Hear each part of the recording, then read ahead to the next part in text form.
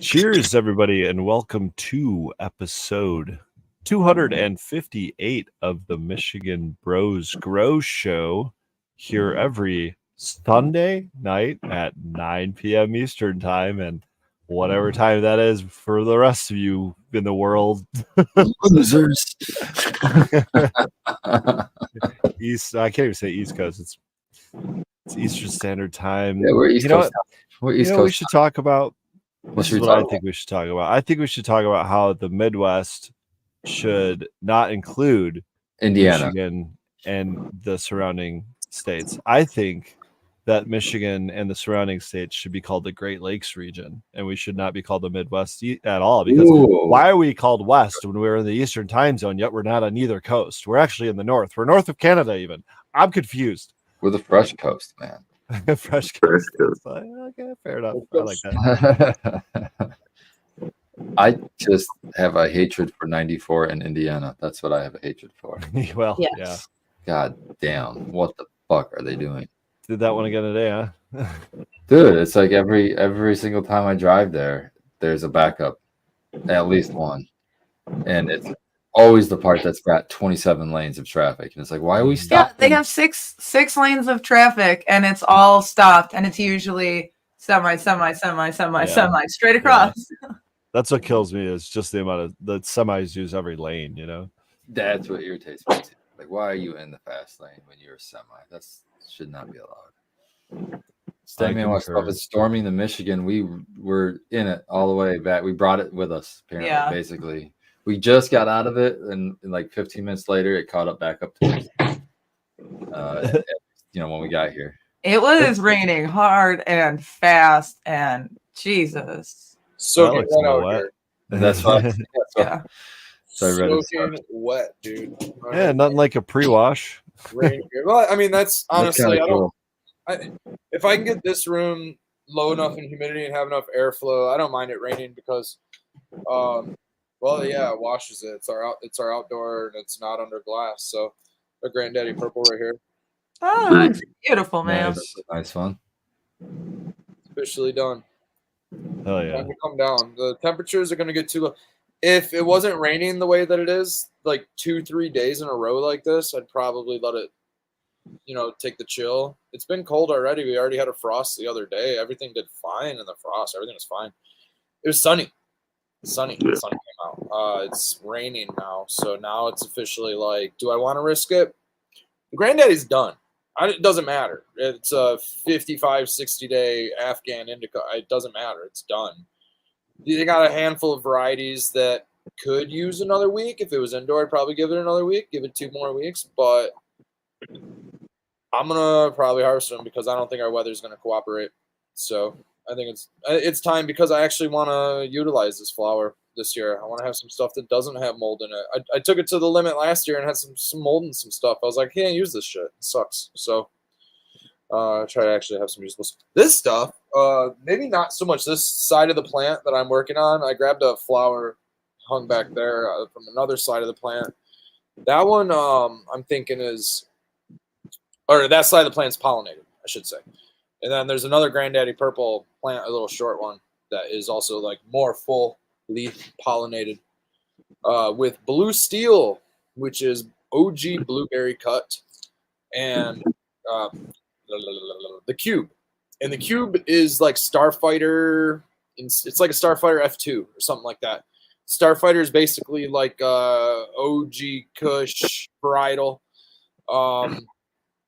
Phenotype of off those lines. And so basically what I'm leading to is there's no Girl Scout cookies or any of that bottlenecking genetics in this.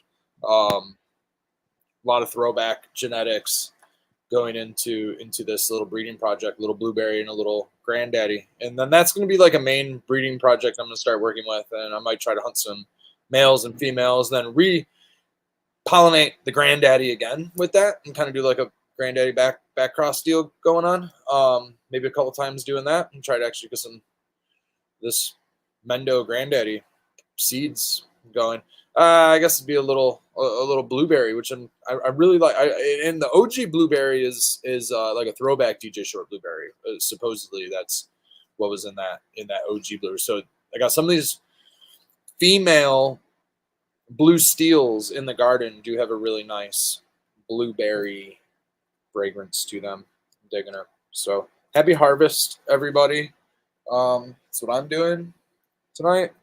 And I'm just Croptober, baby. Croptober. on that spot. So yeah, I've been setting up this spot right here all day, vacuuming, getting some areas cleaned up. I tossed a sheet up over a lot of the stuff back here just so that it kind of like closes off some of the space, some of the square footage in this area a little bit. There's just a bunch of junk back there, but whatever, it can kind of close this off a little bit as much as I can. There's a dehumidifier in here with me. I got a couple box fans. I got a tower fan. Should have plenty of airflow to deal with. I'm going to have to work on changing my dehumidifier bucket, though, because this is a temporary space, and I don't have anything plumbed in here. That's going to fill up fast. The little reservoir I'm using right now is already filling up fast.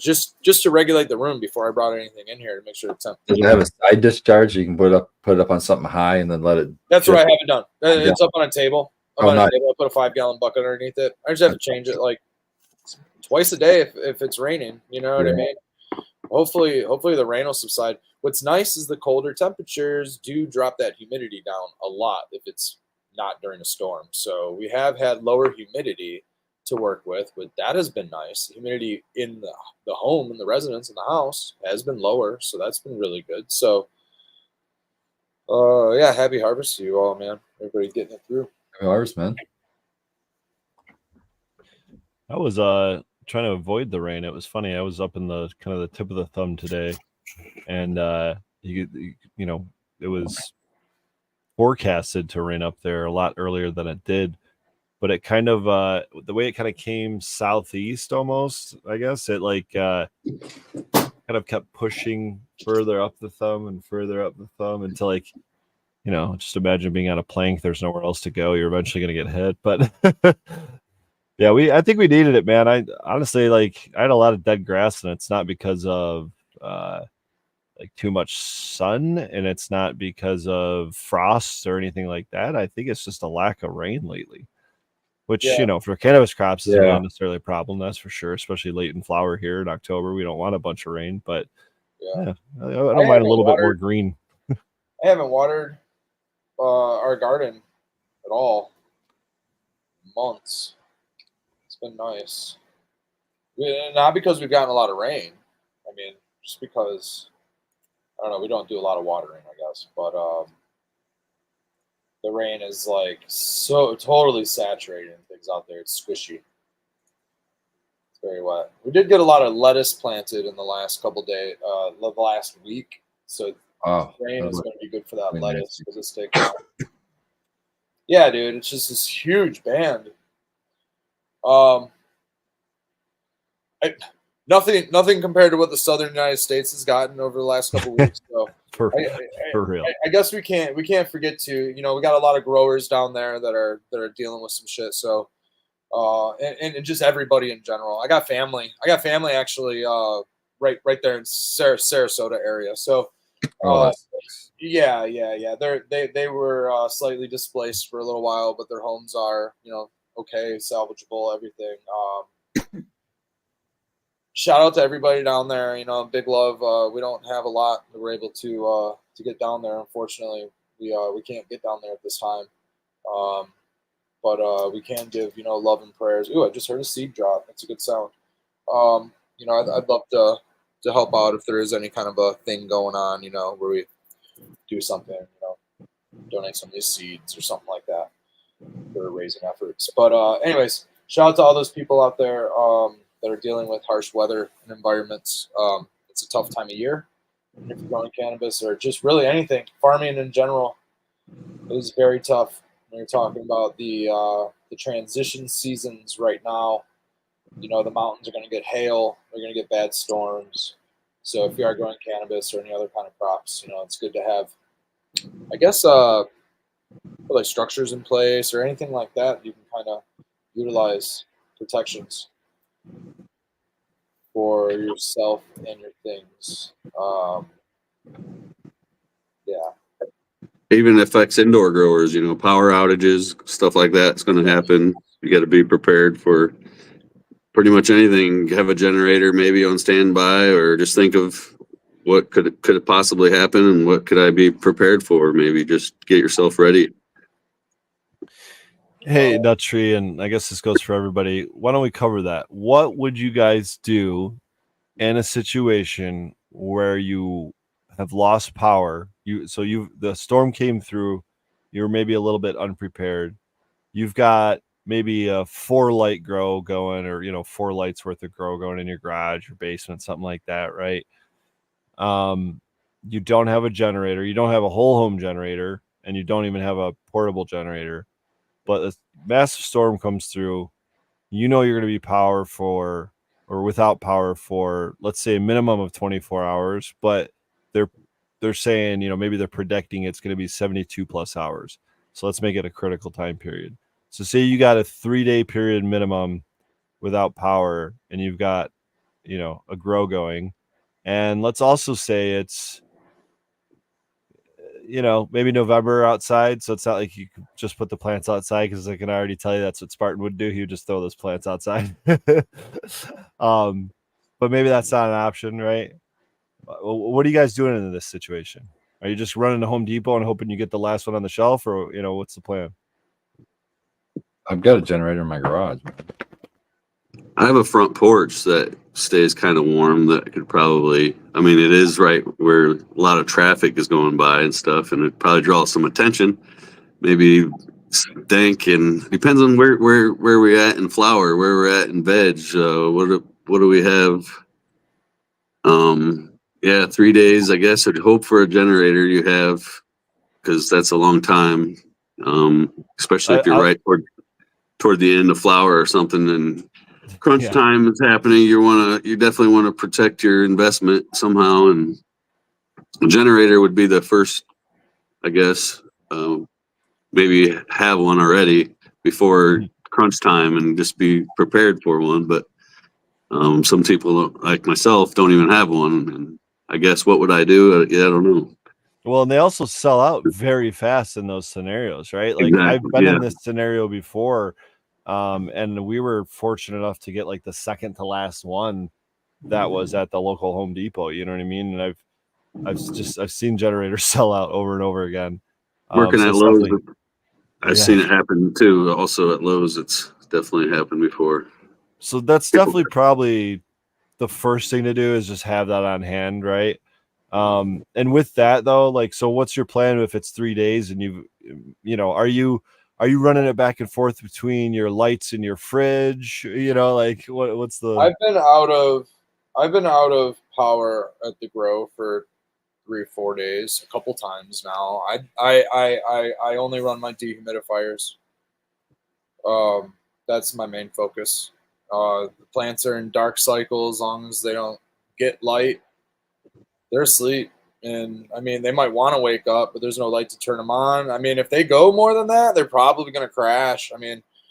If you don't take the humidity out of the room, they're going to rot away. And, you got to remove you're talking 100, your equipment's going to get wet. You're going to short something out when they turn on. You're going to have more issues than not, because when the power's out for 18 hours and you walk in your grow room, A, it smells funky as hell.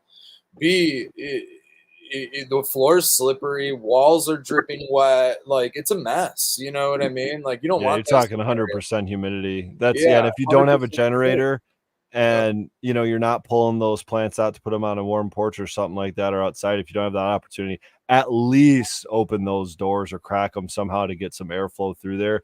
I know Red just said, avoid waking them up with light. A dehumidifier and a couple fan. I make sure a couple of the fans in the room are plugged in, so that there's air circulation in the room. Yeah, stir everything up. Yeah, if you don't have power though, man, that humidity is going to be a quicker killer than lack of light.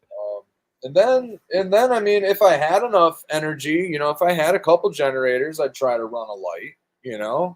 I don't know if I could run an HPS. I'm running all HPS. I could definitely probably run an LED if I had an LED, or I'd grab a veg LED and rig something. Mm-hmm. Like, if I'm talking in a week, I'm gonna have to do that. I'll toss a veg light in the room. And you got to keep them alive, right? Or you could take those GML just strip lights. They're like fucking barely any power. And I have a couple of those. To keep keep your your light cycle and your veg at least. Keep Hook up some keep hamsters your on a butters wheel to those alive, things, and keep your clones alive, something. Because I'll tell you what, if you don't have anything, you might as well just call that crop a loss because you're not going to save it. If you don't have a DHU, fan circulation, any kind of light supplementation for a week or something like that, you might as well call that crop done and start something fresh. I run my I have a little generator, and I just run. I don't care about the flower room so much; they can stay dark. I run my veg lights for like little periods at a time. Yeah, you don't Mhm. want them to start Maybe flowering. half an hour, but I have the flower room door open, and it's right by the veg, so the veg kind of lights into there too. Mhm. And it'll give it a little bit, and I'm just giving it like a half hour here and there, just to keep the fucking cycle, you know. Oh, there we go. A little bit of It worked for. I think we were down 2 or 3 days before, and it worked fine for me. Yeah, if you can, dim your lights, just dim them all the way down. If you want to pull every other light, whatever your generator can handle. If you can get the dehumidifier running, you can get the maybe a fan or DHU two can running, pull a some lot. airflow. The DHU will, but I'd rather have that running over an air conditioner, because I'd rather have fans over. Yeah, if you can't do DHU, get fans at least. yeah, and I'd rather have a light over an air conditioner. Obviously, if you're in the heat of summer, you can't run your lights at full blast without an air conditioner or something like that. But you'll find a way. You got to get some airflow in there anyway. So I've had our power go out for 3 days in the dead of winter. It was like January, and it was below zero, a well-insulated room. My room, I went out there, and it was still 70 degrees. It was like 12 or 16 hours after the power had gone out, and the rooms were still 70 degrees. Turned on the dehumidifier and a couple of fans. Those appliances alone kept the well-sealed room warm enough to not need to use my heaters. mhm. And that's a side room in an outbuilding in a shop. It's unheated. Those are built structures. So if you can insulate your rooms well enough, I would say that would be like a preventative approach. If you're buying your generator and all these other fail safes, you might as well go the extra mile, and that's going to help do a lot of things. I mean, that's going to help the efficiency of your room, your heating and cooling, and all kinds of things anyways. But in the event of I've learned that in the event of a power outage, a well-insulated space can also save your ass depending on outside temperatures and conditions. Yeah, and if you don't have power to run heaters, maybe you're getting too cold because you're not in an insulated space. You just got a tent out in your uninsulated garage or something like that, right? You could always throw up a propane heater because that doesn't use electric. It's going to add CO2. It's going to add a little bit of moisture too, not really that noticeable to be honest, but it's going to add heat. So it's kind of got a double benefit. With a lot of that heat, also, I'm surprised it wouldn't pull moisture. Adding, I guess if you had like it's because it's you had a wood propane. burning stove. Yeah, I guess if you had a wood burning stove, it would dry it out really fast. Yeah, so wood burning stove, that type of fire dries it out. When you're burning hydrocarbons, it actually adds moisture to the air. That's why running reheat on propane doesn't really work. I see. Well, maybe a wood burning stove is the thing to add to this conversation of. Yes, but that's a lot bigger order to add than a generator, and you gotta potentially burning your grow down, if not your entire building. I wouldn't suggest putting it in your grow room, right? And probably like in a quick fix, but like having it in your. It's just not really a quick fix, though, is it? Well, I'm just thinking it would have to be something premeditated, just like insulating walls. You know what I mean? There are those ones that you can put on porches and stuff. Like I think they're called like rocket stoves or something like that, and those are safe enough to be sat on. Those would be, I think, propane or maybe I don't know. I think they're propane. You can get rocket about those big tube things. You can burn used fucking motor oil in your fucking rocket stove if you want to. The tornadoes. Yeah. Called the rocket stoves would be cool. That's a wood burning device. Wood burning, yeah. Okay, here's something. Okay, you have an outbuilding. You have a grow room built within the outbuilding. In the outside of the grow rooms, in the outbuilding, you have your wood burning rocket stove. Okay, now check this out. The insulation in your grow rooms is cob. Your rocket stove is ran around Yeah. grow rooms, and now your rocket stove heats your grow rooms in the wintertime. I guess if your Just put some ducting. lights and appliances don't do it anyways. Or yeah, just go the whole geothermal route. I'm sure you can integrate that somehow too. This is a lot of premeditation into a grow Yeah, room. now but, we're you know. talking some heavy expenses and time and efforts here. We need fresh skilled- build. We need somebody who's skilled with cob. I mean, Good you luck guys- retrofitting that. You guys have enough clay for cob? Jeez, did we have to go to like New Mexico to source? Dude, the fucking, I just could dig fucking. I was gonna say Dig just dig straight up some down, I can property. get all the At some point, I want to have a rocket stove. I think that'd be so cool to have. Yeah, I agree. That would be cool. I think it'd be cool to have a wood stove, especially in a basement area, because all the heat would go up. But the traditionally, like in the living room space, or I want a wood stove for sure. Yeah. I want one for if the power goes out. You know what I mean? Yeah. well, to save you on heat. With power, without power, they're going to save your heat bill anyway. Yeah. Totally. Well, or if you have a wood burning stove, you're more than likely on propane for your heat as it is, not natural gas, or electric for that Or matter oil. for your heat. You might be on Yeah, oil. or oil. Yeah, I've been there. House we just Some looked kerosene at up in there.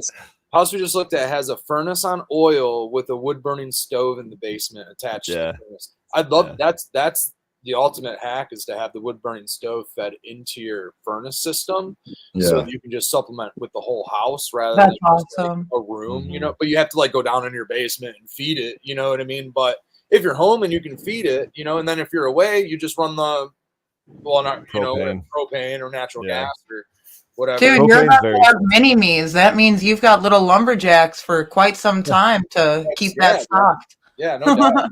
No doubt. It takes some time for them to get big enough to become lumberjacks. Trust me, Yeah. I've got a log splitter in my driveway right now, and ain't no damn kids around here running that thing. Yeah, I know. Yeah, mine Could would they, be touching could they on feed right the fire now. though? Could they be fire feeders? No, Could they be a small not yet. smoker? I Not feel yet, like because- absolutely. I trust my boys enough, both of them. I trust them both enough outside Yours at are a probably old bonfire enough. to be able to. But my Those wood youngest burning is stoves almost can get like 4, 900 so- degrees though. Now, You know what now I mean? You got do to wear wanna the tell right the gloves. story. and- Oh, does it? See, I've never been around one. I didn't know. Like I've been around Come a on big over. bonfire. Oh, We're So gonna test ours this week. It's Oh, I for didn't know fun of the that. You year. know, Jerry Garcia of the Grateful Dead, he lost his finger. He and his brother were playing around with an axe when they were children. I don't know, like 8 years old or something like that. And his brother Jeez. chopped his finger off with an axe. So that happened to Jerry Garcia. Jerry Garcia is one of the symbols, you know, is this guy here. Maybe I think it's this one here. Yeah, I think he's missing his middle finger. Just like, I And, thought I had it rough. My older brother yeah. broke my arm with a tennis racket when I was like 3 years Oh. old. shit. damn. I mean, the common one's always been like BB guns and shot with a BB gun from your brother. My brother, yeah, Shadow cannon. I was a little kid and they were much older, so I got like noogies and my socks tied together and shit like that. I think that bad. My two brothers got in a BB gun fight, and I think it was like 2 years later he finally got the BB out of him. He didn't know it was still in him. That's hilarious. I know a few. I think he I didn't had, have an I had a MRI. friend who had a BB in his head, and he just never, you know, he just left it in there for a really long time. It never got infected or anything. And it was just as long as I Yeah. had it in there, just rolling around in there Wow. like young kids. Like we were like I don't know, middle school, high school, something like that. You get that fixed. Apparently he liked it. It wasn't a big deal. I mean, it's okay. Yeah, he might have just liked it. I'm sure there's a handful of our viewers who got a BB still in there somewhere on their body. Hopefully not. Well, So what would you call your outdoor season, Red, right now if you had to call it? Yay, nay? everything's looking good so far. I haven't broken into it. I have been like throughout the season. I mean, I can get down into here. At least from the top down, everything looks really good. I mean, we'll kind of see how I don't want to grab the flowers because they're soaking ass wet. I don't want to push water up into them. You know what I Right. mean? So I'm trying to really be as delicate with these as I can. And then maybe after they hang and like get a chance to dry, I'll come in here and start maybe Break them up. opening them up and loosening them up a little bit so that they can get some better airflow. I'm not seeing a lot of seeds though, that's for sure. I had a male sitting maybe 12 feet from this giant plant, and most of the garden is not seeded. I had to take I took the branches off the male, and I'd come over and I'd, give little spankings, little spankings with the male branches, and the females were liking it, and we got some good seeds spanked on here. So shout out to spankings, gentle spankings, not the violent ones, of course. Shout out to a gentle spanking. Yeah, dude. I don't know. Next time next time it's my turn. I don't have to keep talking. Becca says that's gross. The spankings, yeah, we don't do much spankings in this house. Well, you got one on the way. Oh, there it is. Found it. What'd you find? I found it's either a spider web or a botrytis. It's botrytis. There it is, right there. Oh, not fun. That's compost. And that was in the top. Here's another, and here's the other part of it here. So we're gonna cut out that botrytis there. That's nasty. Yeah. So how do you identify botrytis for the new growers or growers that maybe are new to outside? We'll show it if we got it, huh? Here, look at the bottom of that bud. Can you see? You can't really see it. It's at the end. Can you describe what you look for, just so the people that maybe are listening? Well, I am looking for some sort of a webbing that may resemble a piece of fuzz or a cotton ball or something like that. Maybe a piece of polyester fiber or something. It's really a little bit more fine, like cotton. Yeah, and generally it's going to be in the top. And generally, it's going to be in the fattest part of the top, about 3 or 4 nodes down. Is about where you're going to find it. And so now that I did find it and I identified it, I still don't want to break into this too hard because I don't want to. But typically, when you find some, that's kind of that area it'll be in. It's often you can identify it by like a dark, ugly brown, like blue. Now, the higher up the bud, I'm not seeing any in the next couple nodes. And what I'll usually do is when I do identify some botrytis, I will take out whatever bits. Yeah, see, and I'm seeing a little bit starting to form up in the top of this. So this top might just be, yeah, I am definitely seeing a little bit more on the inside. I'm glad I broke this open. Now, can that spread after you've chopped the plant and you've got it hanging? Can it spread to the other plants around, or is it more or less, dependent on the conditions in that environment now that it's in a dry room? I think that just in general, it all has to do with the conditions. You know what I mean? Because I have plants with botrytis in one part of the plant. You're not really going to see it down lower in the plant. It's not like it's sitting on the outside of the leaves. It's not a dusting of mildew coming on the outside. It's on the inside. It's tucked inside that zone. So I'm guessing that something got in there. I'm guessing something like a caterpillar or a gnat. Something got in there and started to crawl, opened it up. And then probably like on our last rainstorm or so. Now, it can be difficult because I'm seeing some of this, and trichomes can be white. So sometimes it's a matter of distinguishing between trichomes and mold, depending on how frosty it can get. But this is not generally a really frosty cultivar, so if I see some white powder, it's a little easier to identify. And honestly, I think I'm just going to scrap this top because I've seen enough of it to be okay with getting rid of it. Can I just say this right here, what he's talking about is why this ended up in his lap. Oh, dude, you showed that. Congratulations, man. Well, I was actually just going to show it. I have it. You guys deserve that big time. That's awesome. Thanks, dude. Thank you very much. We were at an event this weekend, Here it is right here. Woo, I'm going to get a little sticky on it. All right. Yeah. Oh, and hey, check this out. It's made on premium alder, made in the USA. I Oh, dig yeah. it. So alderwood. I can dig a little alder. Okay, so this says it's presented by the World 3 Judges, Michigan Emperor Award 2024, Most Passionate Caregivers. The World 3 Judges, let's just Judge Strains was who gave it to me. Becca was unable to be at the event that we were at this weekend. This didn't have anything to do with the event that we were at. This was Judge nominated us. So he gave out 4 of these. He gave out 2 of them. He said it was like 2 for like, I don't want to say that we're like a male group, but like a male, two for guys, 2 for, he wanted to get 2 women. So, I mean, you could definitely say that this is more of a male and woman because it's for Becca and I. It's team, definitely a team thing. So it's both of us. It's not me. It's our collaborative, our collective, and honestly, it's our patients, it's our followers, it's everybody, it's you guys out there.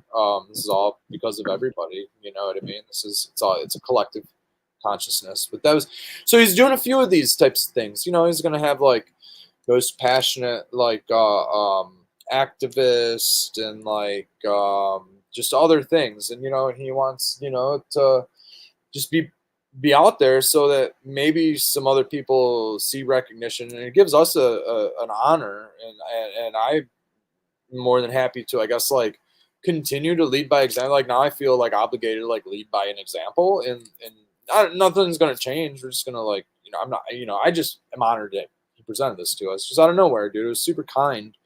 It was a gesture. I look at a lot of cups as cash grabs, and I talk a lot of shit. You know what I mean?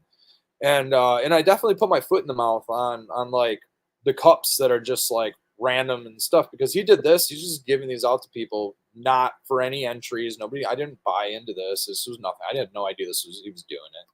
He just gave it to us. So I'm honored. You know what I mean? Shout out to Judge Strange. Shout out to World 3 Judges.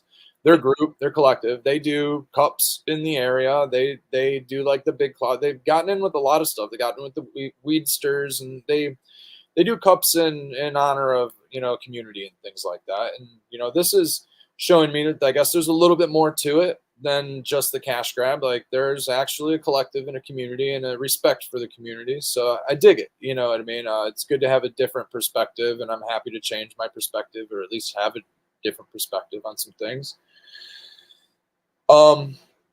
At this event this past weekend was at a social club. Man, I'd love to have another topic. Maybe we'll get into the weeds a little bit later. We won't go there yet. Shout out to everybody who's always out doing their thing. Met a lot of great people. Had a lot of great people out there. Of course, like the cannabis community was out there this weekend. Mr. Hash Bash and T-Dog and Chris from Country Roots was out there, and dude, if I forget, we were set up right next to Wax Wizard, and a lot of people were just like usually at a lot of the local community events. So it was a cool event. It was up in the Genesee County area. We had a good old time. I'm gonna pop up. Hopefully, I'm not getting kicked off or anything. You're still here. Am I still here? Yeah, loud and clear. I lost everything. Hold on. Oh, there we go. Okay, cool. Yeah, dude, something popped up. Yeah. All right. Anyways, so shout out to all of that. We got 3rd place flower competition. Really? Yeah. So what was we never enter anything because, like I said, I talk a lot of shit, and I consider a lot of cups a money grab and stuff like that. But you know what? These guys did this one. If you were vending and you already put in money for like a table and stuff like that, you got 1 entry free. So I was like, you know what? I got a free entry. I don't have to cough up any of our rent, for it right now is kind of like what we're working towards. So, I tossed in a whatever the minimum was, because that's what we do have. We got some flour, so I put some in there. And what strain? Rainbow Driver. Nice. Took 3rd place, and I was happy with that one. It was definitely probably the stinkiest on the table. I don't think it's the maybe a different one that might have been a little more eye catching or had maybe a different type of smoke or body might have won. But you know what? I like that one, and that's the one that I put through.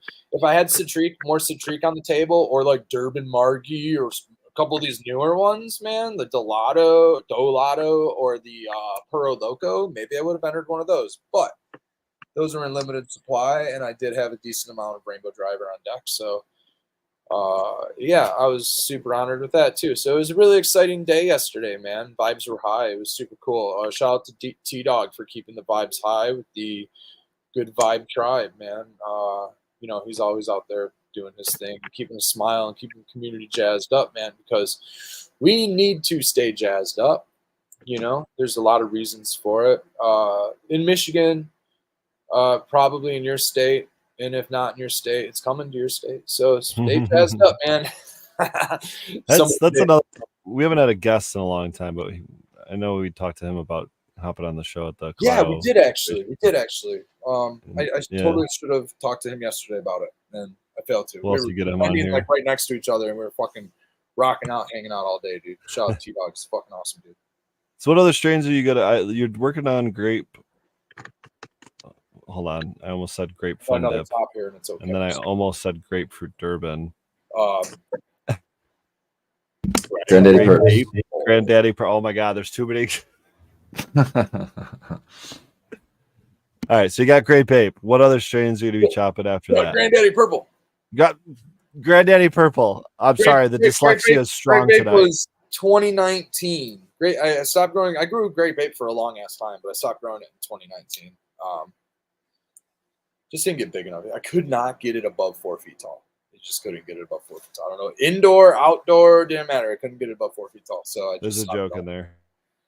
It's about my height. I can't get above 4 feet tall. So the let's see. I'm probably gonna take down a couple lemon dozy dough tonight if I can get to them. Nice. I do Oh, want to yeah. get this Granddaddy Purple down. We'll see about that. It's a big fucking plant, so we'll see how much. Yeah, you're pointing at these hangers behind you, like it's this side of the plat. There's another side of the plat. How big is this plant? This is a small little, like, I've already got these. I mean, this plant's a 6 by 6 by 8 foot. Whew. Maybe it's 7. Maybe it's a reach. I can't reach the top of it. I have to get up on a ladder to get it. For Granddaddy Purple, I'm blown away, dude. I've never been able to get Granddaddy Purple over 4 feet. And So they're like 5 feet tall because you gotta get up on a ladder. yeah, it's like 6 feet, 5, 6 feet. Yeah, it's about as tall as you and Fergroli and Nut Tree over there, and all you guys all you loomers. How's the weather up there? Oh man, I love getting up on a ladder. I'm like, man, I feel so much more appropriate for life here. This is great. In the world we live in, I can fit it. Yeah, nice. Not that you remind me of her, but you remind me of a situation with my 3-year-old daughter tonight where she was riding on my back and she was just so tall. I feel so tall, Dad. You must play basketball. Oh man, dude. I got a couple seeds on this side. Could dunk since I was 14 years old, but could never shoot in my life. So didn't go very far in basketball. Me neither. Yeah, I got okay at shooting. It was the keeping up with people who could just literally hold the ball over my head like this. I'm like, I couldn't compete with that. So As long as they never bounce the ball off your head, then it'll be good, right? oh, dude, yeah. I was the kid that came close to getting that happening too, though. Terrible at offense. I played decent defense. Baseball was my sport. I like baseball. I did play hockey in like middle school and high school. I played offensive hockey, and it was kind of fun, man. Joe Louis Arena is closed down now. It's kind of all converted over to Little Caesars, but the place where the Red Wings used to play. Joe Louis Arena has a lot of good history there, man. Old Gordie Howe and all the old timers. Well, young timers, all the old guys. They used to play in our league. They would have a coaches versus like Red Wings. What was it called? The Red Wings.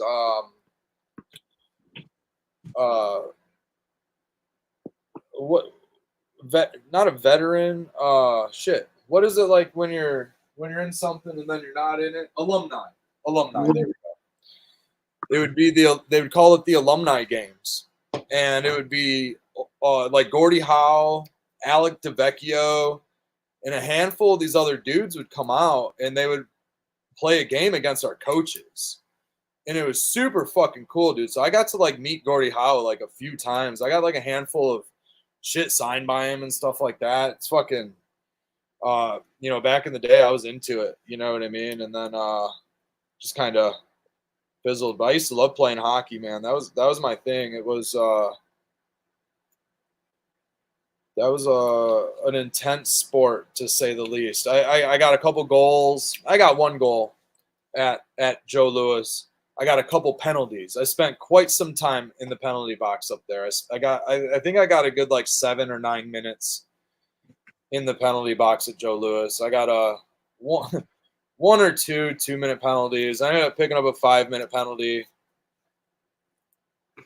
And of course the refs weren't playing that one fair. Of course I didn't deserve a 5-minute penalty. Not at all. I'm sure I did something stupid like a fucking tap the wrist accidentally or something, and they call it a slash. Just like going to fucking catch a puck and they fucking call something a slash. The only time I ever intentionally hit anybody on the ice was when this asshole was really fucking with me and he kept tripping me up, and he was relentless with it, and he basically was fucking with me through the entire like first and second period of the game. And I about had enough towards the third period. I was a fast little fucker at one time. I'm short and I got really short legs, but that made me like get really low, and like people would try to check me and I'd like, haha, you can't check me. And they'd like smash into the glass, So I'd piss people off all the time. So this one dude was just super pissed. He just kept fucking with me. And I did a BT on his like fucking like across his fucking legs or something, like Nancy Kerrigan. Baseball technique, they call it. Just kind of out of frustration and anger, and he's slashing me like a motherfucker. He wouldn't stop. He kept tripping me up and slashing me when the refs weren't looking, and I was done with it. And so I gave him a little whack. Got into a little fight. They gave me I think they gave me a slashing or something. I was lucky though, because a lot of kids have been kicked out of the league for doing shit like that. That's a no tolerance thing. So I was super lucky. I was like, look, man, you guys need to pay attention to what's going on. Dude was fucking with me for playing the game. That's all I was doing. I was just playing the game. But anyways, it's a game I like. I never played hockey, but I really hope that like my boys give it a shot, because it was always like way too pricey for us. Like we could not afford all of that equipment and stuff for it. It's super expensive, dude. You gotta like you gotta go to like the secondhand shops and then like really start there. I got all used equipment to start out with. All my equipment was different colors, dude. I looked like this little fucking clown. I had like blue waist pads and like this crazy yellow jersey, and like all my stuff didn't match. And like over the years, what was really cool was being on the league. Once I was like actually on the league, one of our teams, we would do fundraisers, bottle drives and shit like that, and we would raise money for new helmets and gloves and all kinds of shit. So like just being in the league, we would do the fundraisers and stuff too. Like we would sell candy bars or whatever. Yeah. And whenever I'd be in like an off season and we weren't doing a fundraiser, I would go to Sam's Club and pick up a box, and I would just sell them so I could get $1 a bar. That's a side hustle. Yeah. Yeah. Oh yeah, dude. Yeah, but so a lot of those would go towards the cost of like new helmets and gloves. So over time I ended up getting a whole new. One year we got waist pads. One year we got shoulder pads. Gloves came one year, and I held on to that equipment like my entire adolescence because I was like when I was just big enough to kind of like slow down growing, fortunately. And yeah, so a lot of the gear ended up coming.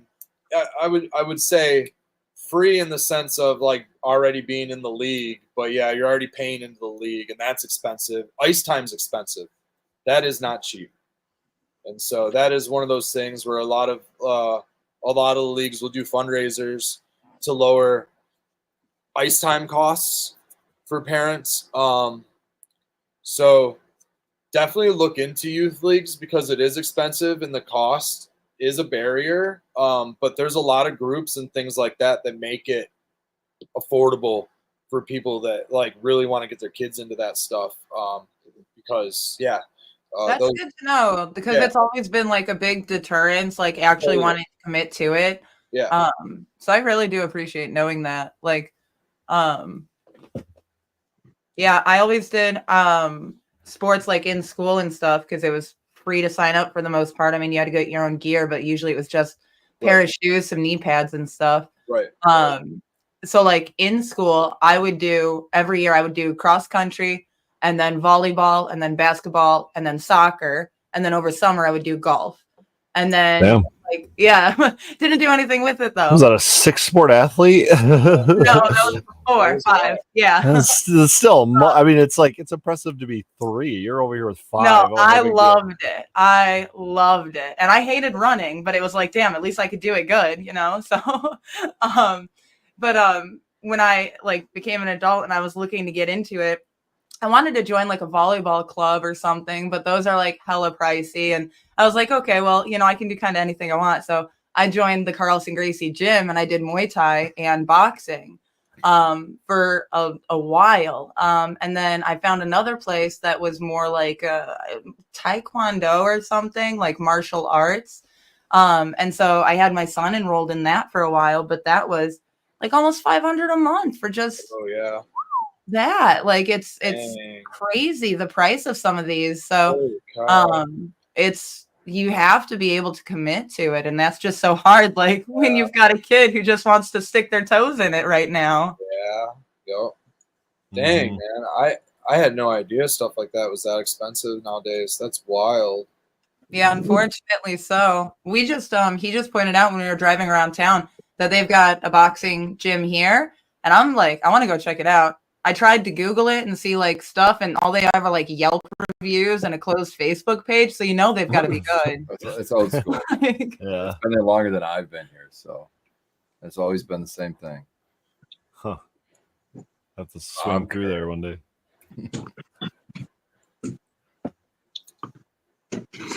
Red, did you ever rollerblade hockey at all then? Did you do any of that also, or? I didn't get into roller hockey. I got into rollerblading as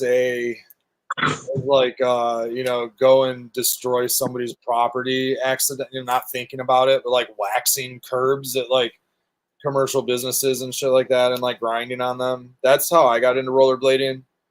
I was into rollerblading when I was really young, 6, 7, 8 years old. I was on wheels, and then my parents took me down. I got like a pair of ice skates for Christmas when I was like, I don't know, like 9 or 10 years old, and they took me down to the local park. Our neighborhood backed up to the Rouge River, which is a huge park that stretches from like Northville all the way down to like the Detroit River. Basically, it's like miles and miles of like a small nature preserve, you'd say, but it's also like the road runoff area. So there's a lot of like little ponds and things like that off this road, Hines Drive. And Hines Drive has a bunch of parks, and a couple of these parks they had kept up ice rinks. So we go down there, and I'm a little squirt, dude. And we used to go to the spot to go sledding, and they always had a pond. And I wasn't allowed to just go out on the pond. You had to have ice skates and stuff, you know. So one year I got figure skates, and I couldn't skate. I fell on my ass, and that was no thing. I might have been fucking 4 or 5, super fucking young. Maybe I might have been 6 or 7, maybe. And then I started rollerblading for a couple years, and then they took me back down. I had some other ice skates. I took off on those fucking ice skates, dude. Like these kids asked me to play hockey with them and stuff, and I went and started playing hockey, and like I was sucked. I didn't, but I could skate. I couldn't stop. I couldn't do shit on the skates. I knew how to rollerblade, so it worked. They cross over. They do. They totally cross over. But I was a skater from the very, very young age, and in fact, my hips. I walk really funny because my hips kind of grew just skating. I have a buddy who like kind of the same deal. He actually had both his hips replaced in his like late 20s.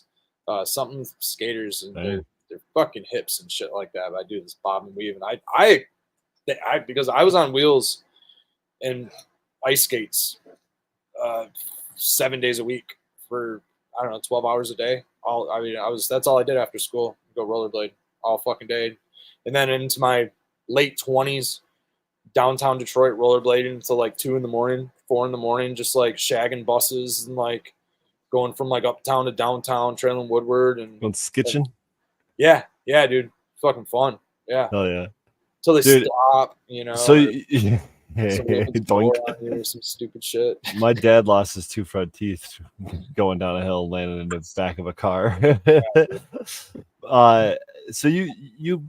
It sounds like Nut Tree has probably done this, but with the amount of rollerblading you've done, Red, you must have at some point. Oh, here I see BMX here, dude. I'm in my spot right now. I just got all this random, but you know what this is. Here we go. Here's mine. I built this. Where's the pegs at, dude? Oh, they're on there. Okay. Oh, there they are. This fucker's solid, dude. This thing's heavy. This thing probably is 40 pounds. Fucking heavy ass bike. This old ass crank, old ass fucking sprockets, like a motorcycle sprocket. The sprocket's a 1/2 inch thick because I used to bend them. I used to bend sprockets once. I used to go through sprockets so fucking much. I used to go through cranks. I've got an old toolbox with like 3 or 4 old bent ass cranks in there just for fucking scrap, whatever. Just for no reason. It really just needs to be thrown away, to be honest. So maybe I'll get rid of those one day. Put them on my manual. I used to be a BMX. I used to love BMXing. That was my shit. That was my first mechanical thing. I don't know why I've never gotten rid of that bike. Probably because it cost a fucking fortune. Spent every fucking paycheck, every dime of Christmas money on that thing for years. I'll be able to pass it down. Yeah, probably will. Teach my kid how to do a 360. Yeah. No hands. Look, Ma, no hands.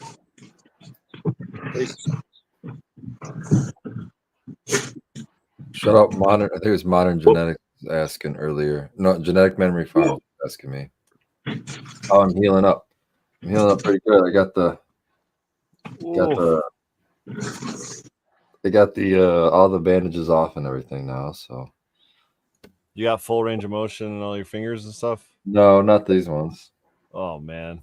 But that was the one that hurts the most, but it doesn't look too bad. It healed up. It was like a chomp like that. I got right between my 2 knuckles, and this gave me another knuckle in between. But that is getting better. It's going down a lot, and I'm getting better range of motion. But these ones are all right. Jesus, dude. That one looks rough. Are they getting along at all? No, we just keep them separate. Yeah, they're getting along really well because they don't get to see each other. Just so you guys know, I'm doing really fine too for my dog bite. You can't even see it anymore. It's just that little sucker there. I did get bit today. But Did you? It didn't break skin. I can join the dog bite club, but he didn't break. Ruben had to stay outside all day long. Shout out to Becca's family because they came through and helped do some cleanup today. We got a lot of work to do on this nest before the baby comes, so it's like all hands on deck style. So they came out today and gave us a hand, and Ruben had to stay outside all day. So he barked up the motherfucker. So every time I went out there, I had to deal with him being agitated. So he bit me. Oh man.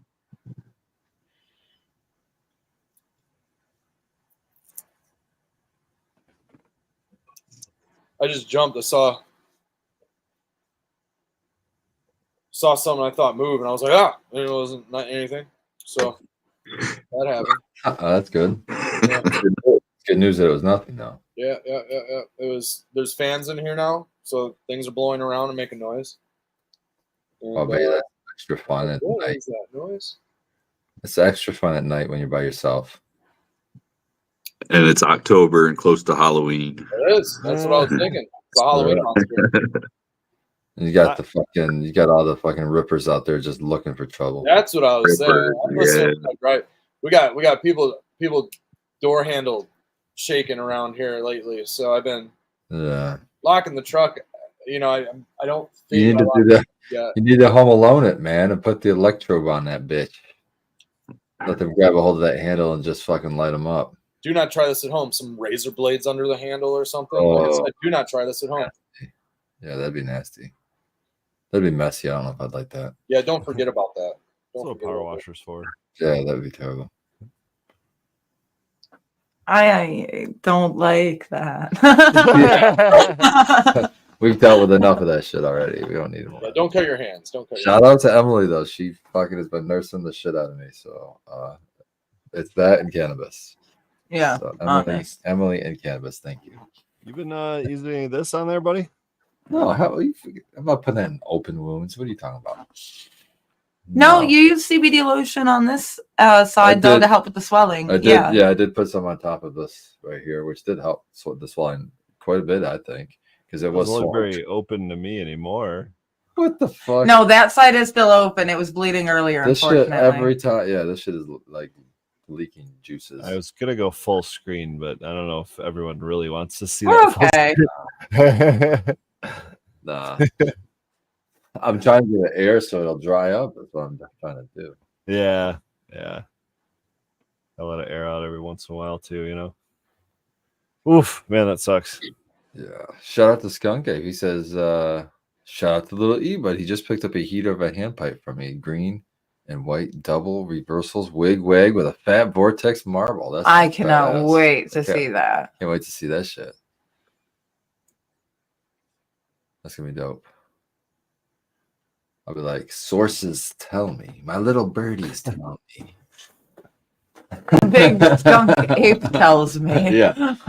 A stinky skunk ape came and told me.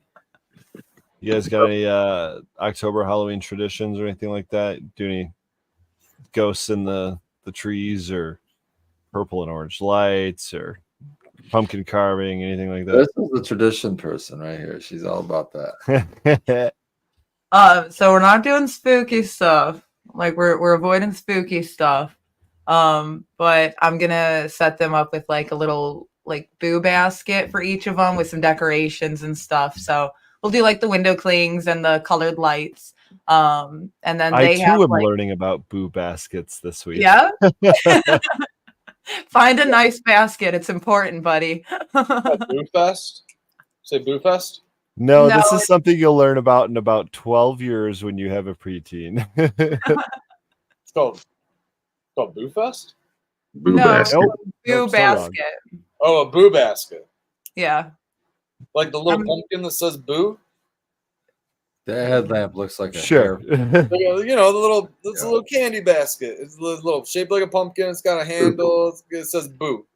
Yeah, Anything, girls? absolutely. Would You can would use like that, to just but you fill explain? it with more than just candy. Oh, I see. Okay. It's like decorations and apparel and Little what weed? else? Just more Fall commercial, vibes, you know? spooky vibes. You Oh, know, spooky vibes. Spooky So you vibes, Fill it yeah. with weed. You can fill you it. can put some ghosty things in there for them. Some ghosty woasties. Speaking of which, I about maybe this ghost is a or- tradition in oh, this town I ghost or was weed? in, but there was this pretty large monument like statue in one of the towns I was in up at the Thumb today, and I couldn't help but notice, all of maybe 15 feet up in the air where the head was on this statue, it was wearing a Jason mask. Oh, nice. That's Sweet. great. I'm sorry, I'm not from the state, so I got hung up on when I was up in the Thumb there, and that just sounded so wrong to me. Yeah, he's like, It took a minute.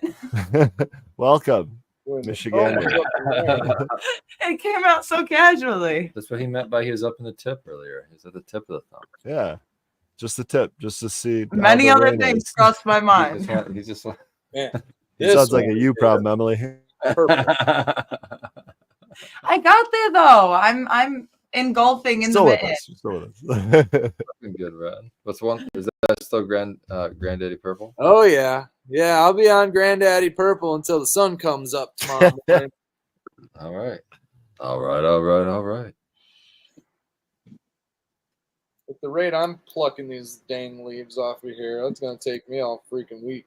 Well, we're not helping with the distractions, but we Oh appreciate yeah, you. it doesn't matter. I can't go super fast with this. You know what I mean? If I fly through it, I'm gonna. It's wet. I'm trying to not. Well, know? and it is a leafier variety, right? It's Compared to super something leafy. like a haze or a cookies with the internodal spacing, like you're talking about. Like It's super dense.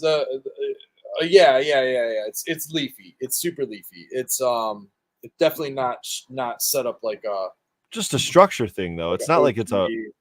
It's outdoor though, man. I mean, outdoor That makes too. most grains leafy. That's true. I am trying to get a decent amount of the leaves off because of the amount of water that's just on it. Otherwise, I would leave some a little bit more. I'm actually taking. Well, this Granddaddy, the sugar leaves have petioles a 1/4 inch long, so I'm getting rid of some sugar leaf, unfortunately. Some of them have bugs on them, so it doesn't really matter. So that's fine, but most of it doesn't have any bugs on it, which is really nice. I'm not seeing any fucking bugs. I'm seeing a few seeds. Red, Dr. Leave Me Alone in chat would like you to rape your buds and just pull the leaf off. I was doing that, but the problem is I'm like smearing and smashing these buds because they're soaking wet. Like Yeah. it's been raining for officially 24 hours. Really? It didn't start raining in Jackson until we got here, which was pissing me off. Yeah, the entire fucking drive. He's checking his little cameras at work, and he's like, "Look, it's still sunny there. It's all clear skies there." And here I am, like, I do this with you, I can sit here and I can get most of them off. The problem is getting into these sugar leaves. I can't pluck the sugar leaves with my fingers because I'm pulling the buds off is the problem. Does it strip down like a strand along the Yeah, stem? yeah. It strips down and then you pull off 3 nodes worth of buds. Right. Yeah, it's like a quick way to. Yeah, it's like a zipper. Well, then I got. I'll do it on my indoor because I don't take any sugar leaf off at all. I have no reason to. But this sugar leaf has. I don't want. I'm trying to avoid. I'm trying to avoid Tell me micro. what you want. What you really, really want, Red. Well, I'll tell you what I want. I won't. You want some tricky I and want. frosty Yeah. and Yeah, sticky? so. You I'm really, not really, trying to really handle it want too much. I'm gonna wash a lot of this. I'm gonna dry it. It's probably gonna cure out here. I mean, How do you You should do the half dry method, like the old Pedro method. Yeah, it's gonna depend on how much I can get to. There's no freezer. I need to impart some Michigan wisdom. Chat was wondering. They thought that the UP was not represented in the hands, and that's wrong.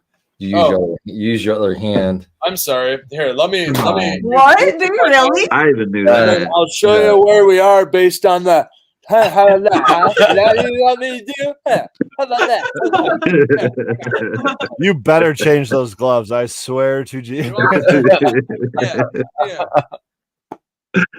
I also love that he's still wearing a headlamp. I do that all the time. I'll like be done with It's work fucking, and realize I still have a swear it's headlamp fucking on. me right up now. because I'm too high for this shit. But every time I glance at him, I don't see a headlamp. I see a hair roller. It's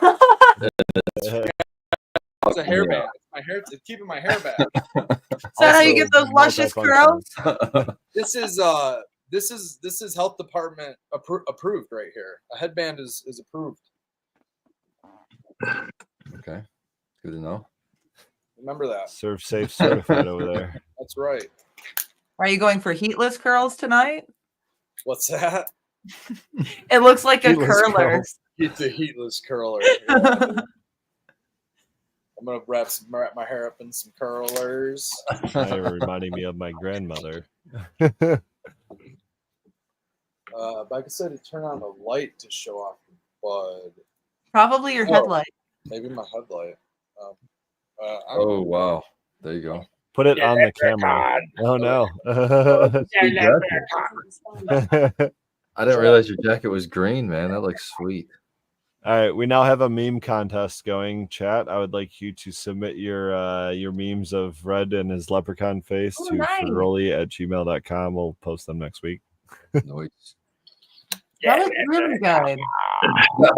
That's a good one. There you go. Yeah, with the butt in there and everything. Love it. What was that? Was that Wayne's World? That was Wayne's. Oh shit! I'm sorry, guys. Here, hold on. Let me. Party time. I had it. I had it. Hold on. This is one of those lamps. It's got two. Is it fucking gonna lights. strobe us? There Oh, we he's go. got the Okay, red sorry, light, guys. too. It was more fun code. Or- It was yeah. I don't know. It was whatever. Give you the red. You saw how he flung off those gloves. What? It was yeah. I did. I changed the gloves. Yeah. See, I changed the gloves. New glove is. He's got multiple sets on. He just has to take a pair off, and then he's got a new set already on. That's thinking ahead. It's like those Right, here's Russian dolls, but for gloves. You gotta Exactly. wrap it up more than once. Nestling Keep you dolls. in protection. That doesn't work. It's adds friction, just so you guys know. Double wrap it. Friction can be fun, but only for a little bit. Then it can be fire. Huh? Friction. You can cause fire with friction. Just huck tuna on that thing. Well, that's one way you can do it for sure. There was I'm a a big fan myself of that. there's a picture on Reddit today of a boat with Clawson, Michigan as the origin on it or whatever, but the name of the boat was Hawk Tuna. Hawk tuna. Whoa. Okay. Hawk tuna. Hawk tuna. Nice. I That saw was pretty something that said that her podcast was like up there with Joe Rogan's. No. Yeah. I saw something about that too. Yeah, and Really? I'm just sorry. Like, gosh. I did. We have to watch Napoleon Dynamite because you sound just like him sometimes. Oh, here it is. What? It makes me want to just move to the woods more. Anything grows. Fish on that thing.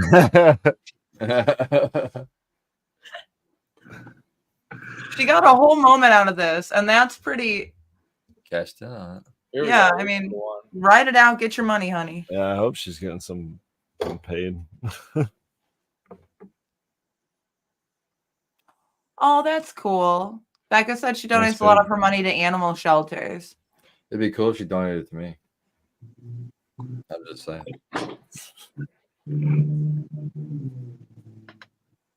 That would make me feel better. But not the animals.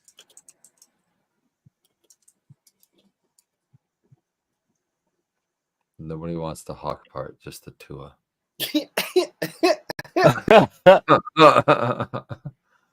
I'm not even sure what that means, to be honest with you. I'm trying to figure that out.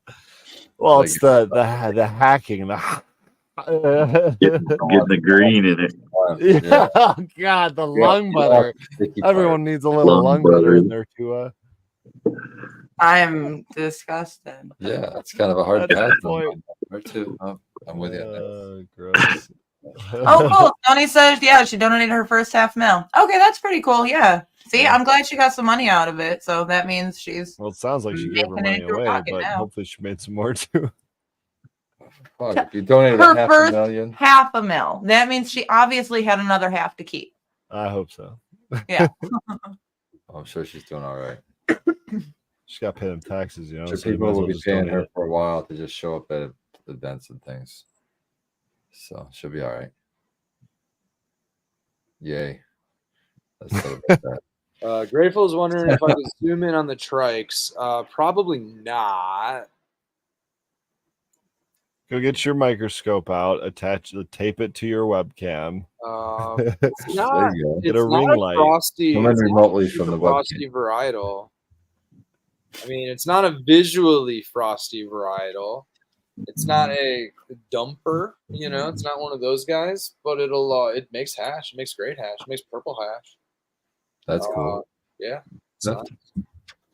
Hey, like a shimmery purple. You know what I mean? Like a pearlescent Mhm. purple. Like it's dark hash, but if you look at it in the right light, you're like, ooh, that's purple.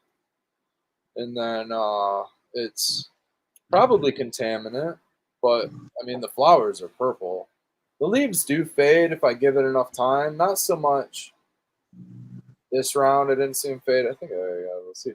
What is nice is what I am thinking did maybe even cause a little bit of botrytis is the seed production.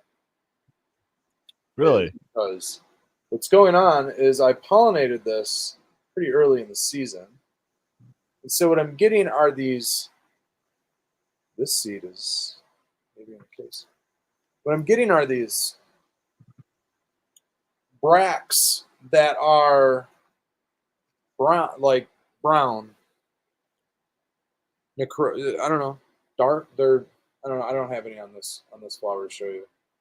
But like I'll see a bract at like the bottom of a bud, you know what I mean? And it'll look like a dead leaf. It'll be Almost like it was spent. yeah, spent.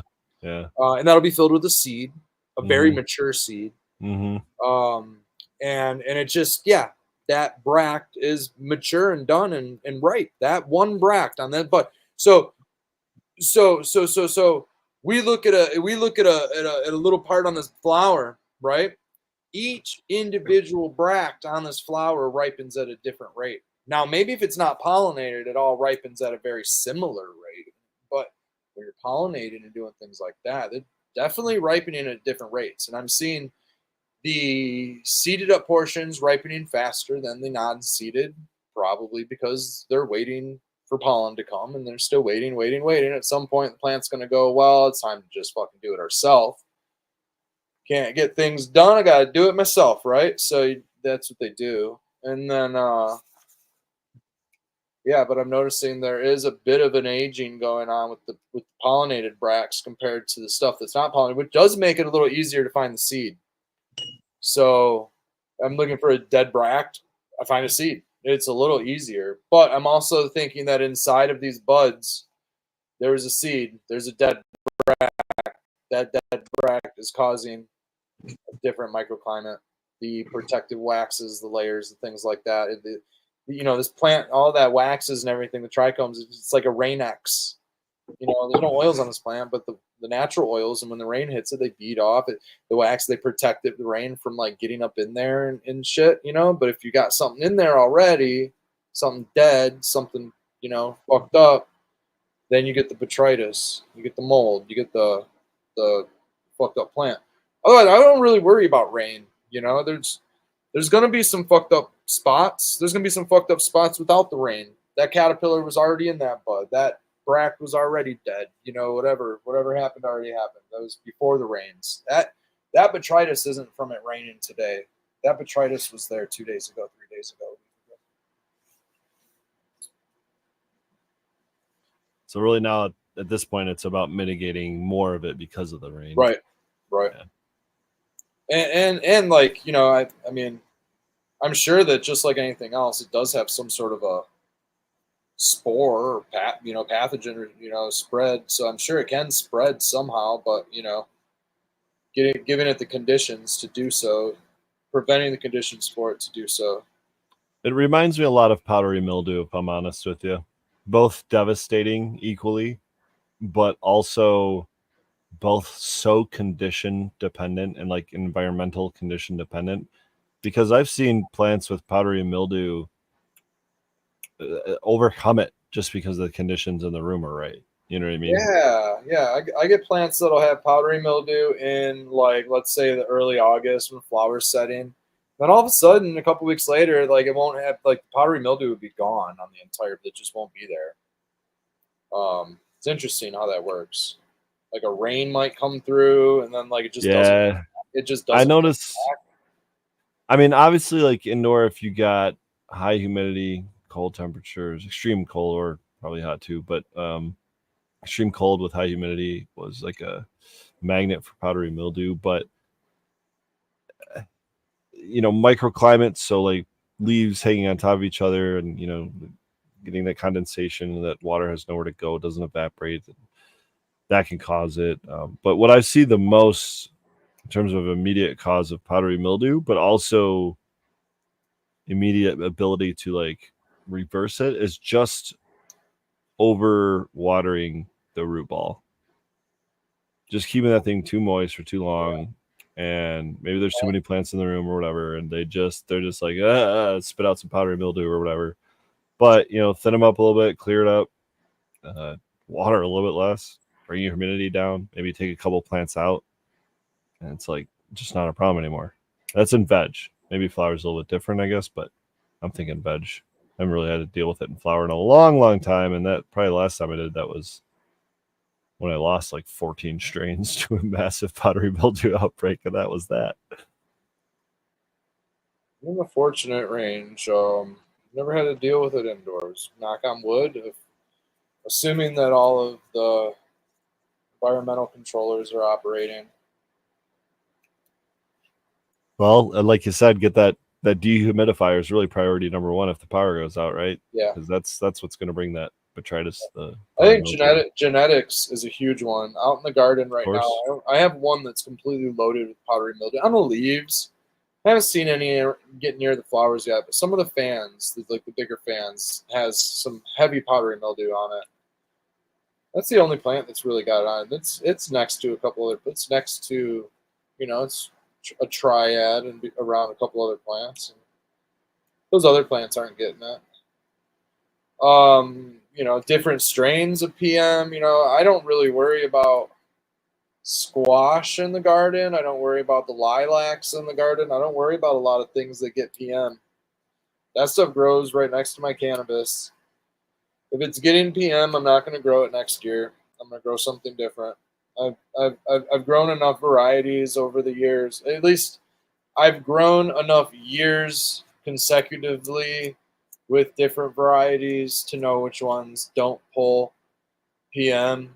And doing it is, growing multiple varieties outside, finding a variety that works, and hoping that you can hold that variety until the next season so you can run a couple of them and get maybe a bigger crop. Or if you can't get a bigger crop, maybe you can dial in that one and get a bigger plant. Or make seed out of it even and reproduce those resistant traits. That's an important trait to pass along for outdoor growers. Seeds we're making with this Granddaddy Purple are Zone 7A, southeastern Michigan, high humidity, early winter zone near the 45th parallel. Say we're at about the 40th parallel. And we're going to harden off to these conditions. Hopefully the seeds will adapt that way.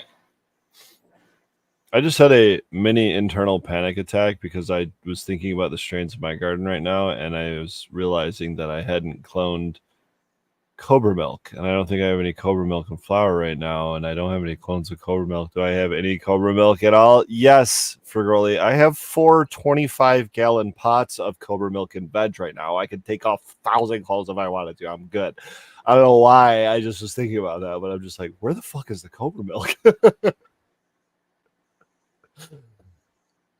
We're good. Because I know Russ doesn't have any more Cobra Milk, so I can't get any more Cobra Milk. Where's the Cobra Milk? Did you make seeds? Is that a Cobra Milk? You're muted, Spartan. So no, but we did pop some new genetics, some new seeds. Candyman Motorcycle seed. Latte, Candyman seed. What's that? Motorcycle Latte is leather party crossed to Java party.